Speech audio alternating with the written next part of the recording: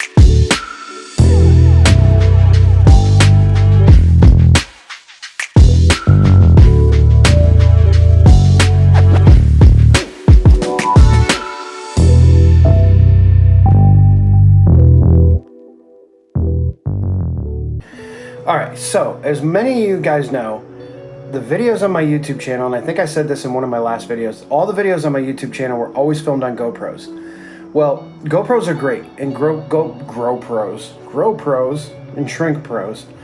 GoPros are great for doing, action shots and bouncing around the shop, and they're great for, not having an issue with getting them wet or getting them dirty or things of that nature, but you lose a little bit of video quality. The video quality suffers.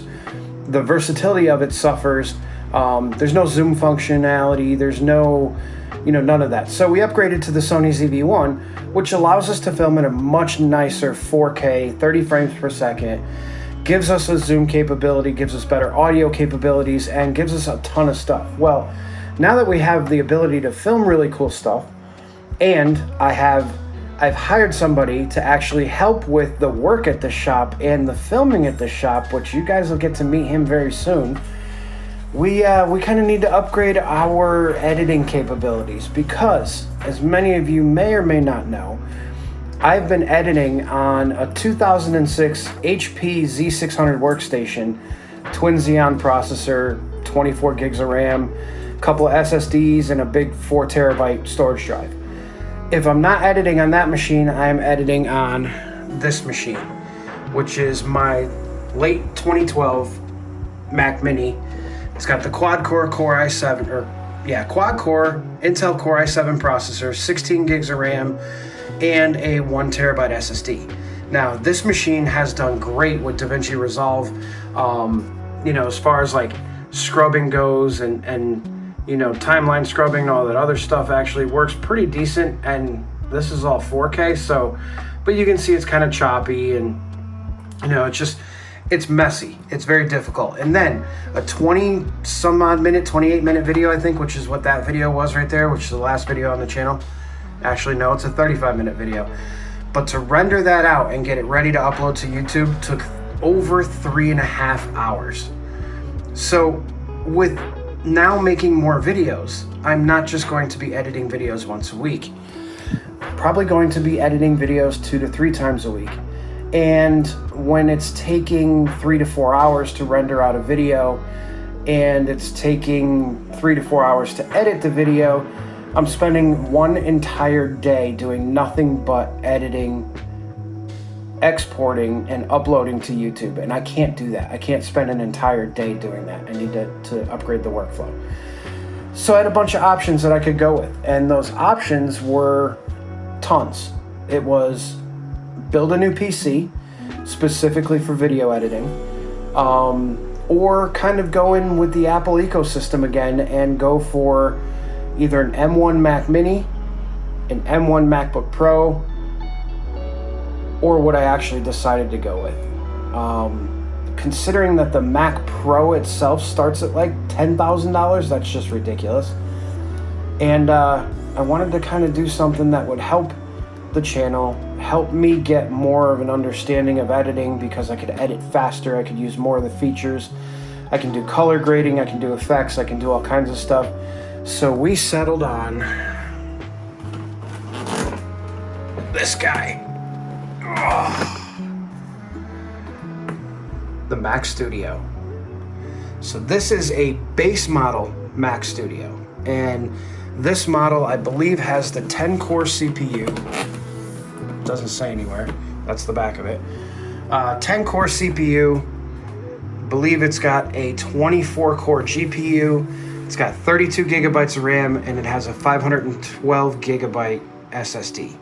Now I went with the base model because I can do expansion when it comes to storage, and I can do all that other stuff, but I wanted to make sure that I had the decent processor, a decent amount of RAM, and stuff that'll allow me to work in DaVinci Pro a lot easier, or DaVinci Resolve a lot easier. So let's go ahead and rip the Band-Aid off of this sucker. See what we got inside. It's kind of hard to do with one hand, but we'll give it a shot.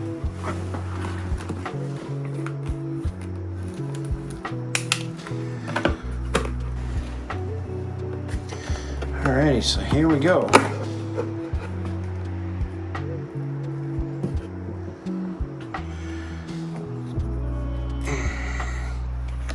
There it is. The old Mac Studio. And the power cord. Sweet. Okay. Let's get this off of here. Oh, you gotta love Apple's packaging. No plastics, all renewable stuff. We've got some documentation here. Let's get the box off of here. The box still weighs as much as it would if it had a computer. Okay, now.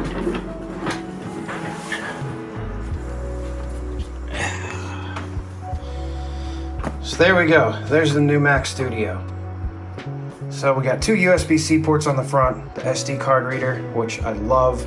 And some people will say, well, why didn't you just go with an M1 Mac Mini? It's half the cost of this. But the problem with the M1 Mac Mini is that I lose that SD card reader on the front. You lose this guy. You don't have that anymore. And on the old 2012 M1, or the 2012 Mac Mini, that has an SD card reader on the rear, which came in super handy. The new M1 Mac Mini doesn't have that card reader anymore, so you actually have to get an external card reader, which I have, but it's just another thing that you need to connect to it, and that's a Apple Cinema display with the Thunderbolt and blah blah blah, so it takes up one of the USB ports, and the Mac Mini only has 2 ports and whatnot. So Mac Studio, here she is. So I'm gonna go ahead and plug this puppy in and see what it ends up looking like. So we'll be right back once this is all up and running. Alright guys, the new Mac Studio is up and running. And we're already editing a video about it. How about that? Kinda cool.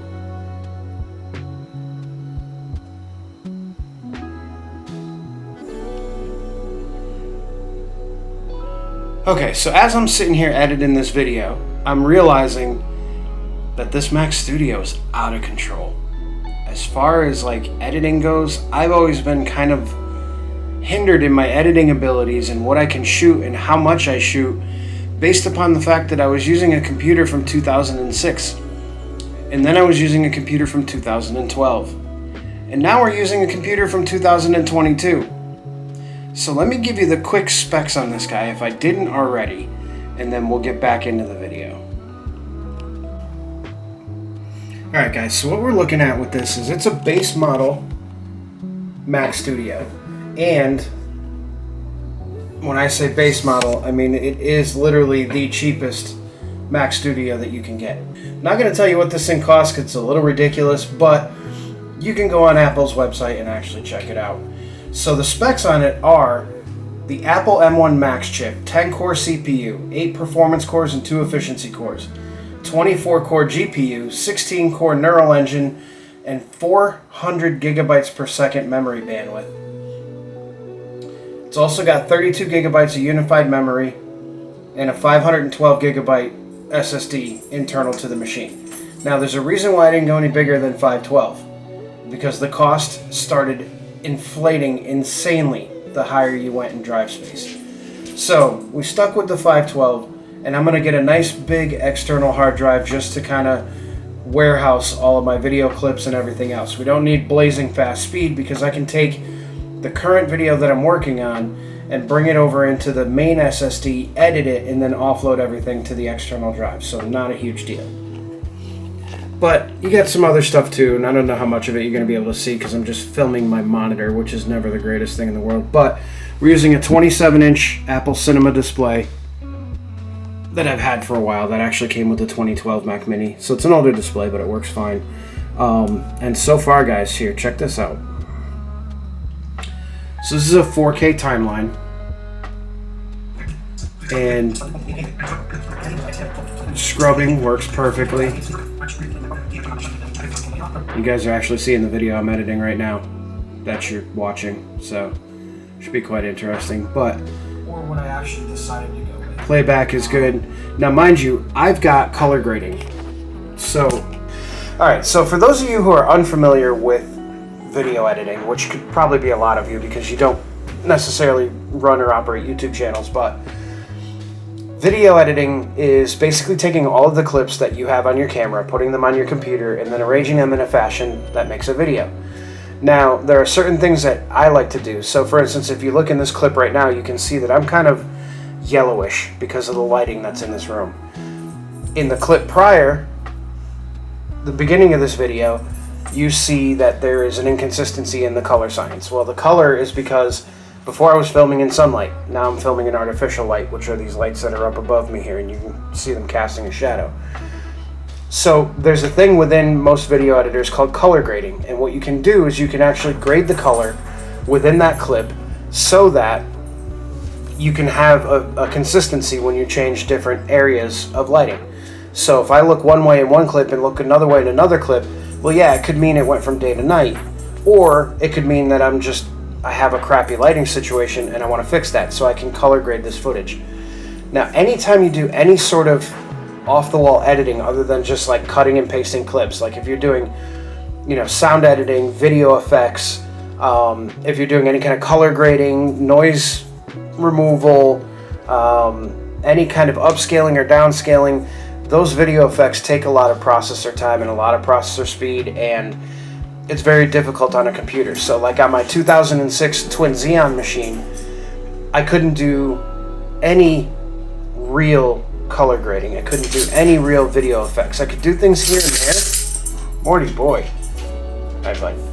I could do things here and there, but it was nothing of any significance. I couldn't get really fancy with scrolling text or anything like that, because even if I could get it into the actual video, there wasn't enough computer to play it back and let me watch it before I render it out.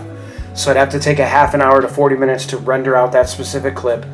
Once that clip was rendered out, I could watch it, and if it needed to be changed, I'd have to change it, render it out again, wait another half an hour, and then, yada yada. But that's a little deep into the video editing.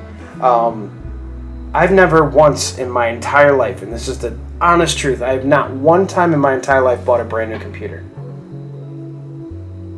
Let that sink in for a minute. Everything I've always bought has been for $200-300. I upgrade the crap out of it. It works great forever.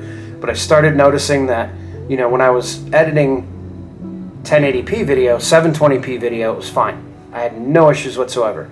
But, I like to give you guys every last little detail of my beautiful face in wonderful, ultra high definition 4K. Which YouTube compresses and destroys anyway. But I like to do that. The 4K allows for a lot of things to happen within an edit. I can zoom in the edit, I can pan out in the edit, I can do all kinds of stuff in the edit that I couldn't do with the camera directly. So now we have some power. So what I'm going to do is I'm going to finish editing this video. I hope you guys enjoyed it. It's just a little bit of behind the scenes stuff that goes into, making these videos and getting them up there for you and everything else. Stay tuned, because soon, very soon, we're going to introduce Matt to the channel. He's been working for us now for 2 weeks, and he's been doing phenomenal. We're going to get a ton more videos out. I have a bunch of footage already that he filmed of me working on a Jeep, so we're going to get that video out next week sometime. And then, now that we have, ultra speedy machine to do all this video editing with, and DaVinci Resolve to, make things a whole lot easier than Adobe was, we'll get you guys some good ones. So I have a few really cool ideas in mind, some more teaching stuff, some more welding stuff, some more educational welding videos. I think we're going to focus more in on MIG welding, because that seems to be the easiest thing to get into and the cheapest thing to get into. So stay tuned for that. And we got a lot of really cool stuff coming up. We're really doing it. So I hope you guys enjoyed that one. I'll see y'all on the next one. Welcome to my house, by the way. And enjoy the rest of your night. It's getting cool out. It's nice. It's very nice. All right, guys. Have a good one.